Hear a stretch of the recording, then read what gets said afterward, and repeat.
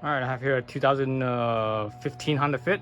I bought this car in, when did I buy this car? In 2014, the end of 2014. And I've never changed the coolant, so the coolant should be about due. I was looking at the coolant, and now, pretty much all the companies now, all the car companies now, they use long life coolant. In the past, when 20, 30 years ago, coolant was only good for, like, I think 3 years or something like that. 3 years, 36,000 miles, I believe, if I can remember right. And the long life back then was something like 5 years, 60,000 miles, I think. Anyways, so I was looking up the Honda coolant, the official Honda coolant. They're long life coolant. They say long life. And what I found anyways, was that the Honda long life was good for 5 years, 60,000 miles. So I'm like, oh shit, I'm way overdue for a coolant change. Because it's been over 9 years then.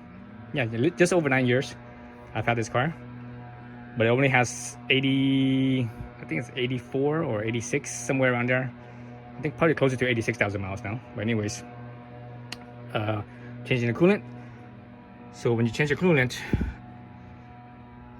make sure you start up the motor, turn on the fan, right? Turn on the fan and the heater. Turn on the heater all the way, turn on the fan full blast, and let it run for about, 30 seconds. Turn off the car. Do not open the radiator cap. It's cold. If it's cold, if it's not cold, let the car cool down. But anyways, after that, what you want to do is you want to keep the radiator cap on, because you want to empty out the reservoir, the overflow reservoir, which is right here. And the easiest way to empty this out is leaving the radiator cap on and opening up the drain plug, which is, let's see if you guys can see, it's right there. See that little white thing right there? So that's the drain plug. So you open that up, and you reach it from this hole right here, or this opening right here. You reach down into it. Open up that drain plug right there, right? Open up that drain plug. Where's it at? Right there somewhere. Open up that drain plug, and maybe open up the overflow cap. Maybe not. Probably better to open up so it flows a little easier. If you do that and do not open up the radiator cap, what happens is, as the coolant leaves from the drain plug down there, as the coolant leaves from the drain plug down at the bottom there, down there, it will suck out the coolant that's in the reservoir here, and it will empty out the reservoir. So that's the easiest way to do it, because if you open this, it won't suck out anything there, and it will leave it there. And the only way after that, the only way to get coolant out from here is you have to take this reservoir off to basically pour it out. So that's more work. It's more work, more hassle, and the room in here is very tight, so it's going to be very difficult to do. Very time consuming, I should say. It's not difficult, it's just time consuming. So leave the cap on, open up the drain plug, and maybe open up the reservoir, maybe not. Just see how it flows. If it flows pretty good, then you probably leave some, but it'll flow easier if you just loosen this cap up a little bit right here. And when you open up the drain plug, don't open it up, don't take off the drain plug. You only need to spin that drain plug, it's a wing nut. You only need to spin that thing maybe, 3 turns, 4 turns at the most.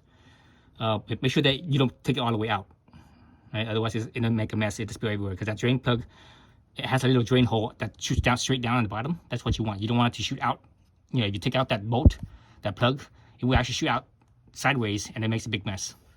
So anyways, so once the reservoir is empty, then you can come over here and open up the cap, and then the coolant will flow a little faster.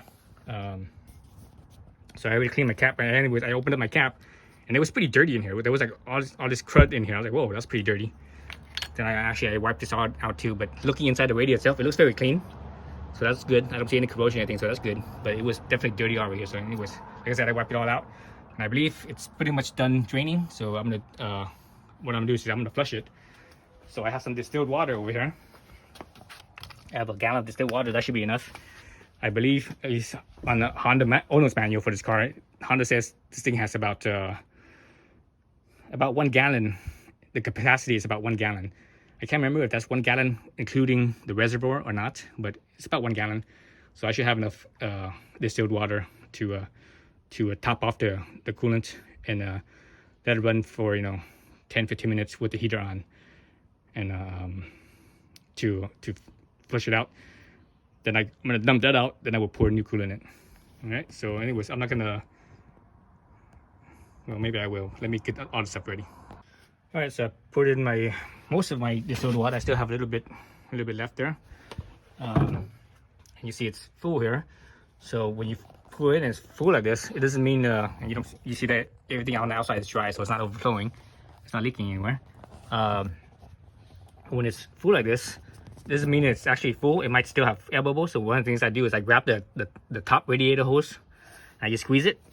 I usually push out air bubbles, and I was doing that, so I think I pushed out all the air bubbles. But let's see. Yeah, see that's some air bubbles. See that? There you go, some air bubbles.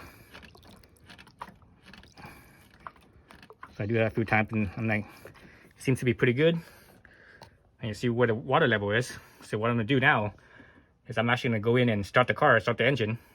So, because there's always air bubbles in the system, right? There's always air bubbles in the system. So I'm gonna start it so that way the water pump could run and get the air bubbles out here to the top, so that way it escape. So notice where the water level is, and around here it's all dry, so that means it's not leaking out. Let me push this down a little tighter so it doesn't fall off when I start the engine. And when we go out, and we can see the water level drop. Let's do that real fast. Let's see how many miles this thing has. It's pretty low miles for 2015 being purchased in 2014. So I have 86,000 miles. So heaters are always for maximum fan, like so. So let's look at the water level. Let's watch it drop. So, see the bubbles? So it's burping out. It's burping out the bubbles, and there's no leakage here. It's still dry down here, right? It's burping out the bubbles.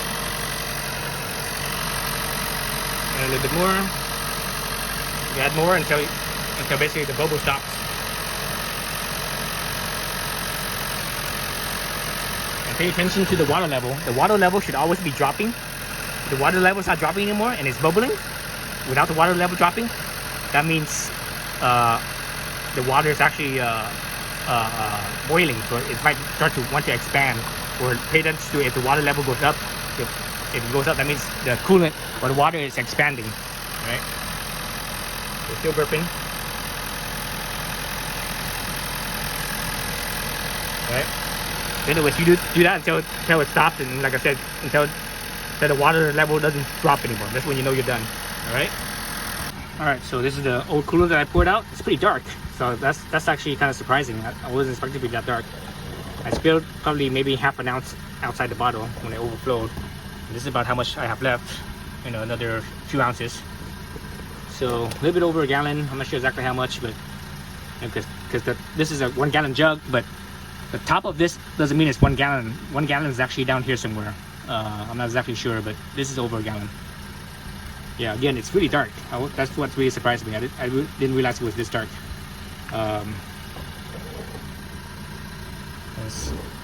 As far as the color goes, can't remember if the official Honda coolant was blue or green or what it was, but this one looks kind of, I don't know, kind of bluish green to me. But I'm colorblind, so you can't rely on me looking at colors. All right, so I'm emptying out the distilled water right now. So you see some dirtiness in here, and I wiped some of it onto my fingers, and I looked at it. It looks like it's gelatin, like some type of gelatin, clear gelatin. So I think that's just the coolant getting old, and it's just that's the coolant getting old. It's getting overdue. That's what that tells me, anyways. So it's completely clear. It's like gelatin. At first I thought it was dirt, you know, because the way that it looks on here, you know, like stuff on there looks like dirt. But when I wipe it off and I look at it, I'm like, oh, it has no color. It's clear. At the same time, it's like, you know, it's gelatin. So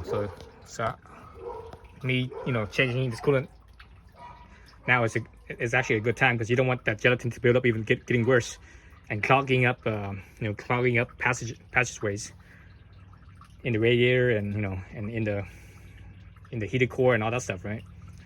So yeah, so I'm glad I did this. I checked this.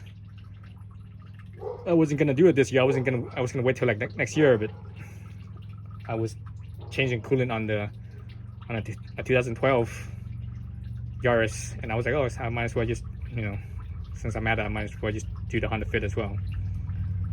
But yeah, so interesting.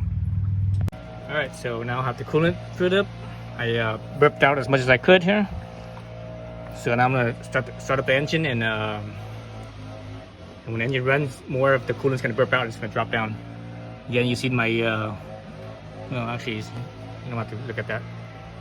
You saw that before already. So let's start up the car again.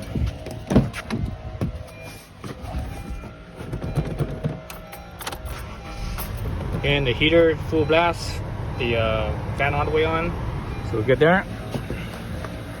And look at that, it's not burping out that much for that fast. So there it goes.